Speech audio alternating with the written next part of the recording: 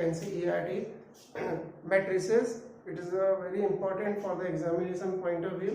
इसको अगर आप कर लेते हैं तो आपको आगे के क्वेश्चन करने में जो डिटर्मिनेंट चैप्टर है वो, और साथ के साथ लीनियर इक्वेशंस पे बेस्ड जो क्वेश्चन होते हैं जिसमें आप वेरिएबल वैल्यूज फाइंड करते हैं with the help of matrices, उसको करने में काफ़ी हेल्प मिलेगी। और एग्जाम में ये दो चैप्टर जो चैप्टर 3 और चैप्टर 4 मिला करके लगभग मैं समझता हूँ 6 to 7 मार्क्स और नेक्स्ट मे बी 10 मार्क्स तक के क्वेश्चन आपको एग्जाम में मिल सकते हैं। तो बहुत ध्यान से स्टार्टिंग से इसको समझते हुए चलेंगे, ठीक है। आगे बढ़ते हैं हम लोग इसमें। सबसे पहले मैट्रिक्स की definition of matrix. A matrix is an ordered rectangular array of numbers और फंक्शंस। रेक्टेंगुलर मींस एक रेक्टेंगुलर फॉर्मेट में हम रोज और कॉलम के फॉर्म में कुछ नंबर्स या फंक्शंस को लिख लें तो उस फॉर्मेट को हम मैट्रिक्स का नाम यहाँ पर देते हैं। The number and functions which are written in a rectangular form are known as the elements or entries of the matrix. A matrix is denoted by a capital alphabet A to Z। कोई भी alphabet आप use कर सकते हैं किसी भी matrix को denote करने के लिए। एग्जांपल के लिए मैं यहाँ एक मैट्रिक्स लिख देता हूँ, कोई मैट्रिक्स हम A मान लेते हैं जिसमें हमने अल्फाबेट इस तरह से कोई एलिमेंट डाल दिए हैं। Okay, this is a kind of matrix. कोई दूसरी मैट्रिक्स हम यहाँ लिख सकते हैं, ठीक है। इस तरह से हम रेक्टेंगुलर फॉर्म में जब हम एलिमेंट्स और फंक्शंस को लिखते हैं तो ये हमारी जो है मैट्रिक्स कहलाती है, ठीक है। इसके बारे में हम लोग यहाँ पर आगे पढ़ेंगे। मैट्रिक्स में दो चीजों पर ध्यान देंगे। जो हॉरिजॉन्टली ये जो एलिमेंट्स लिखे हुए हैं ये मैट्रिक्स की रोज फॉर्म करते हैं, तो ये रोज हो जाती हैं। और इसी तरह ये वर्टिकल फॉर्मेट में जो लिखे हुए हो जाते हैं elements, this vertical form are called the columns of the matrix, ठीक है। Columns, horizontal rows and vertical columns, और रोज और कॉलम को मिला करके बनती हैं मैट्रिक्स। और इसके बाद हम लोग इससे आगे पढ़ेंगे ऑर्डर ऑफ मैट्रिक्स के बारे में। ऑर्डर ऑफ मैट्रिक्स, तो नाउ ऑर्डर ऑफ मैट्रिक्स के बारे में पढ़ेंगे। चैप्टर का नाम आपका ये मैट्रिसेस लिखा हुआ है। मैट्रिसेस प्लूरल है आपके मैट्रिक्स का, ठीक है। तो यहाँ ऑर्डर ऑफ मैट्रिक्स की बात करें, अगर कोई हम एक मैट्रिक्स यहाँ पर इस तरह से मान लेते हैं कोई भी है, और इसमें जो है रोज के नंबर हम लिख लेते हैं, रोज बराबर 4 और कॉलम बराबर 5। तो मैट्रिक्स का जो ऑर्डर होगा उसको लिखने का तरीका होता है रो इंटू कॉलम के फॉर्म में, ठीक है।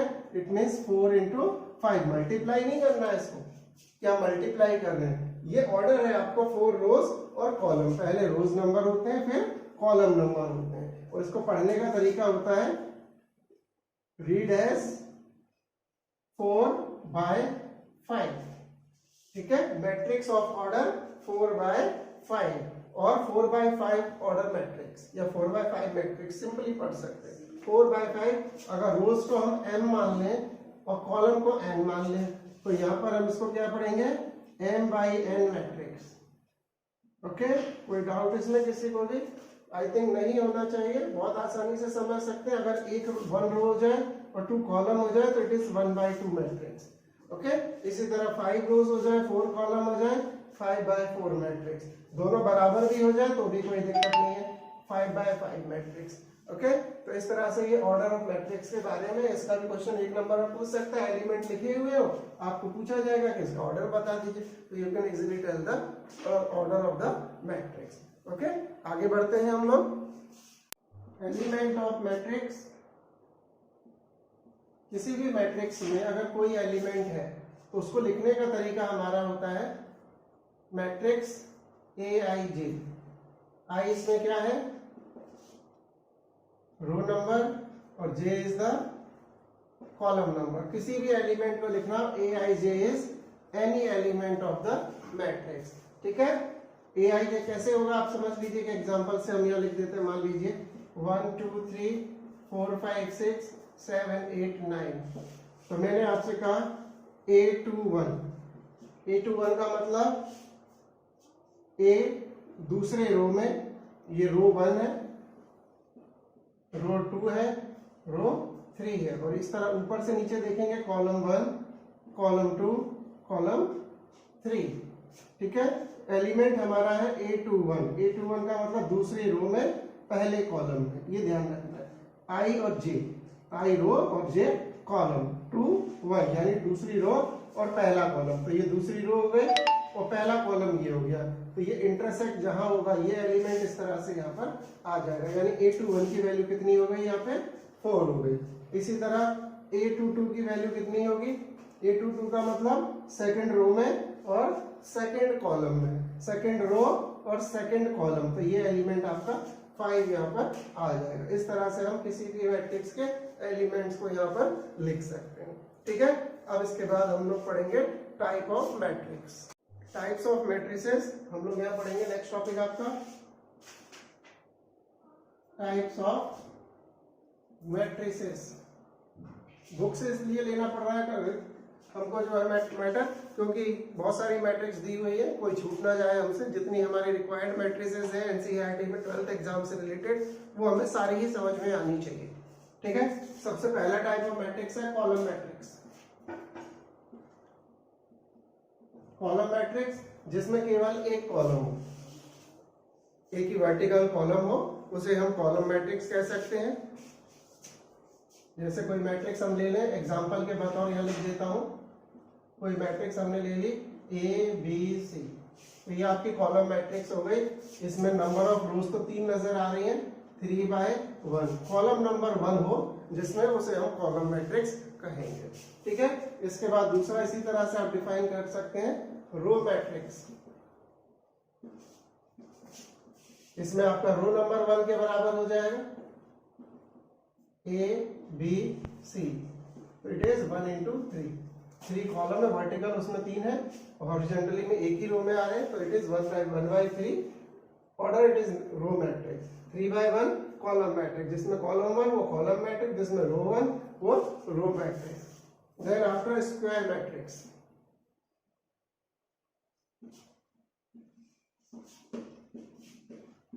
कोई भी मैट्रिक्स जिसमें m/m रो और कॉलम के नंबर बराबर हो, उसको हम स्क्वायर मैट्रिक्स कह सकते हैं। जैसे 2 4 5 6 या 5 7 लिख लीजिए।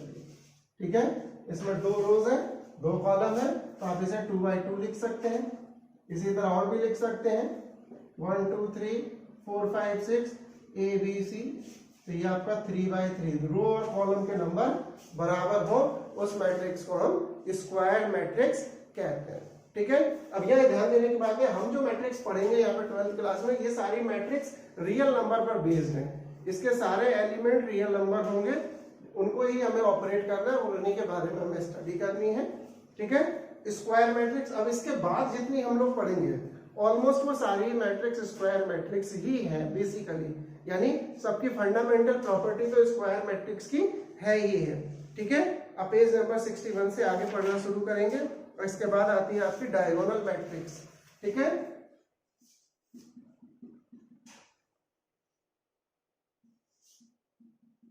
तो इट इज स्क्वायर मैट्रिक्स। अब ये सब स्क्वायर मैट्रिक्स के एग्जांपल्स हैं, उनके भी अलग अलग प्रॉपर्टीज हैं। और डायगोनल मैट्रिक्स एक ऐसी मैट्रिक्स जिसमें डायगोनल को छोड़कर बाकी के सारे एलिमेंट जीरो होते हैं। ओनली डायगोनल एलिमेंट्स उसमें होते हैं जो नॉन जीरो है, बाकी के सारे एलिमेंट आपके जीरो होते हैं। ठीक है, उसको हम डायगोनल मैट्रिक्स कह सकते हैं। जैसे हम ले लें D बराबर 1 0 0 0 2 0 0 0 3। केवल ये डायगोनल जो इधर कॉर्नर से राइट कॉर्नर तक नीचे जा रहे हैं, उसको हम डायगोनल ऑफ मैट्रिक्स कहते हैं। ये लीडिंग डायगोनल भी कहलाता है। ठीक है, तो जिसमें डायगोनल एलिमेंट नॉन जीरो है, बाकी के जो एलिमेंट है वो आपके जीरो के बराबर है, तो ये आपकी बन जाती है डायगोनल मैट्रिक्स। ठीक है, इसके बाद हम पढ़ेंगे स्केलर मैट्रिक्स। स्केलर मैट्रिक्स, अब हमने स्क्वायर मैट्रिक्स पढ़ा, स्क्वायर मैट्रिक्स डायगोनल मैट्रिक्स पढ़ा, अब स्केलर मैट्रिक्स। अब स्केलर मैट्रिक्स के बारे में बात करें तो ये भी एक डायगोनल मैट्रिक्स है। डायगोनल मैट्रिक्स स्क्वायर मैट्रिक्स ही होती है, यानी एक ऐसी स्क्वायर डायगोनल मैट्रिक्स है हमारे पास में जिसमें सारे एलिमेंट अगर बराबर दिए हैं तो उसे हम स्केलर मैट्रिक्स कहेंगे। A matrix whose diagonal elements are same and non zero. जैसे एक एग्जांपल में यहां लिख दूं √3 0 0 0 √3 0 0 0 √3। 3। तो ये आपकी 3x3 ऑर्डर की मैट्रिक्स है, सारे डायगोनल एलिमेंट सेम है, बाकी एलिमेंट 0 है, तो ये डायगोनल मैट्रिक्स हो गई। दूसरे इसमें रो नंबर और कॉलम नंबर बराबर है, तो ये स्क्वायर मैट्रिक्स है, और डायगोनल के एलिमेंट सेम है, इसलिए इसका नाम स्केलर मैट्रिक्स यहाँ पे दिया गया है। ठीक है, यानी ये डायगोनल मैट्रिक्स भी है। ठीक है, ये नहीं कि ये डायगोनल मैट्रिक्स नहीं है, ये ध्यान रखने की बात है, डायगोनल है, लेकिन एक और इसकी प्रॉपर्टी है जिसमें सारे एलिमेंट बराबर नजर आ रहे हैं, जिसके कारण इसका नाम क्या दिया गया, स्केलर मैट्रिक्स दिया गया है। So be careful. Next is identity matrix.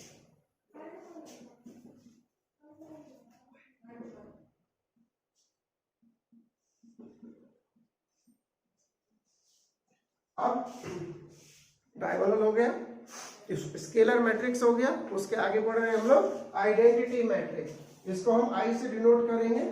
ये एक ऐसी मैट्रिक्स है जिसके डायगोनल एलिमेंट यूनिट होते हैं 1 के बराबर होते हैं, बाकी सारे एलिमेंट 0 होते हैं।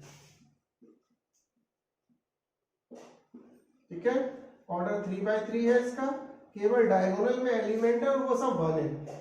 ठीक है, बाकी एलिमेंट 0 है, यानी ये डायगोनल मैट्रिक्स है। ऑर्डर बराबर है, 3x3 का है, तो स्क्वायर मैट्रिक्स भी है, स्केलर है क्योंकि सारे एलिमेंट सेम है, और एक नया नाम, क्योंकि डायगोनल के एलिमेंट 1 है, तो इसका नाम दिया गया है आइडेंटिटी मैट्रिक्स का। ओके, आई थिंक यहां तक आपको सारी मैट्रिक्स समझ में आ गई होंगी। अब हम लोग इसके बाद पढ़ेंगे लास्ट मैट्रिक्स टाइप दिया हुआ इसमें, zero matrix.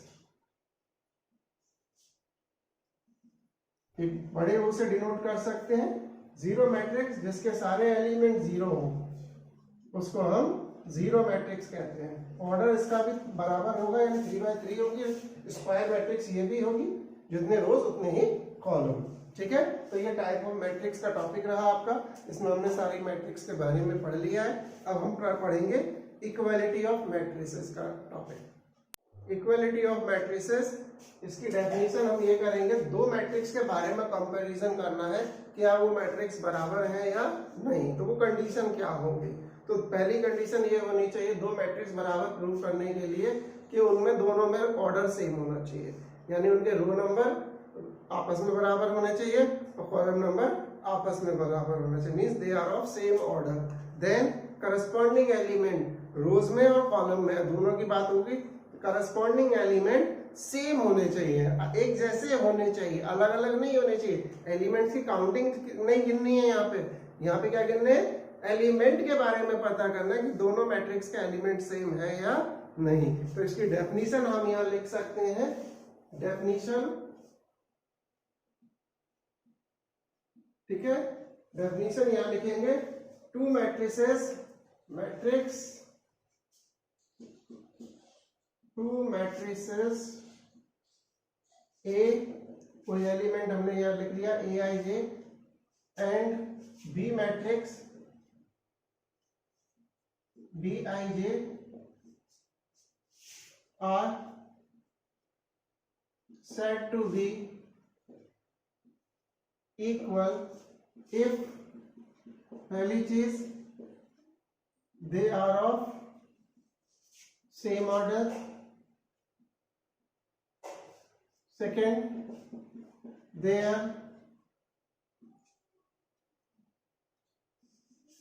corresponding elements are same. ठीक है, एग्जांपल में यहाँ लिख लेते हैं हम, एक ए मैट्रिक्स मैंने लिख दी यहाँ पे 2 3 4 5, और बी मैट्रिक्स यहाँ पे मैंने लिख दिया है 2 3 4 5। तो यहाँ पे पहली चीज इसके ऑर्डर पे चेक करें, ऑर्डर बराबर है, हाँ जी ऑर्डर बराबर है, 2x2 ऑर्डर है। इसके बाद करस्पॉन्डिंग एलिमेंट, पहली रो का पहला एलिमेंट, पहली रो का पहला एलिमेंट बराबर, पहली रो का दूसरा एलिमेंट, पहली रो का दूसरा एलिमेंट बराबर। ठीक है, इसी तरह से दूसरी रो का पहला एलिमेंट, दूसरी रो का दूसरा एलिमेंट बराबर है, तो ये आपकी बन गई इक्वल मैट्रिक्स। तो यहाँ ध्यान रखने की बात है, ऑर्डर जब तक सेम नहीं होगा इक्वलिटी नहीं होगी। तो यानी पहले तो देख ले, मान लीजिए एक रो मैट्रिक्स दी गई है और एक कॉलम मैट्रिक्स दी गई है, क्या ये इक्वल होंगी? ये कभी इक्वल नहीं होंगी, क्यों? ऑर्डर ही अलग अलग होंगे। ठीक है, तो ये ऑर्डर पर बेस्ड क्वेश्चन हो गए। अगर कोई दो मैट्रिक्स बराबर है तो हम उनसे क्या कर सकते हैं,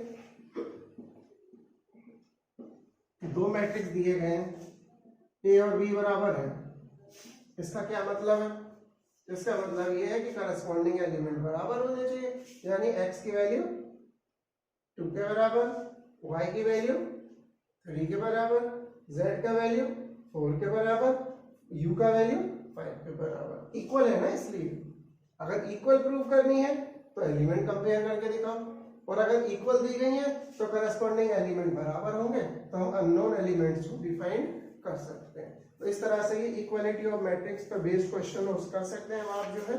देन आफ्टर एक्सरसाइज 3.1 ये अब आप लोग कंप्लीट करें। अगले वीडियो में इसके क्वेश्चंस हम आपके साथ शेयर करेंगे और फिर ऑपरेशन ऑन मैट्रिक्स के बारे में पढ़ेंगे। ठीक है, इतना याद करें, प्रैक्टिस करें, 3.1 एक्सरसाइज ट्राई कर लें एक बार, और इस वीडियो को देखने के बाद लाइक शेयर और सब्सक्राइब